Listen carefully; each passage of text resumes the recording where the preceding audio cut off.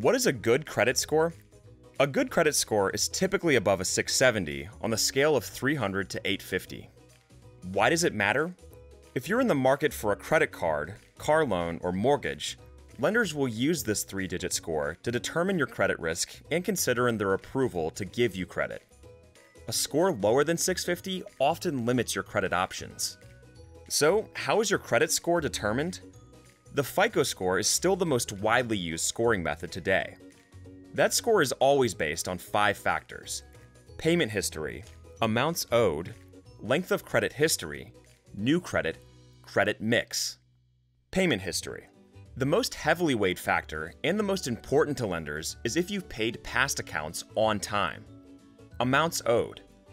Lenders will weigh how much of your available credit you owe on other accounts. It's good for you to show that you're using your credit.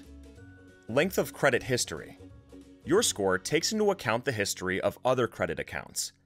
This includes how long your accounts have been open and how long it's been since you've used each account. Credit mix.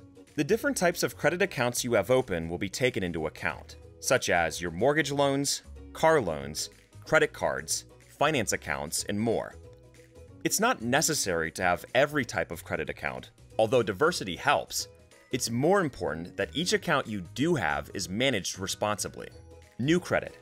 Opening too many new accounts in a short amount of time can appear risky to lenders, so they'll weigh how much time passed between the opening of each account.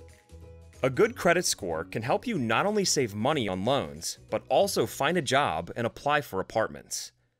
If you're navigating through your credit report and are unhappy with the credit score you see, don't be discouraged. Set financial goals for yourself to help increase your score over a long period of time.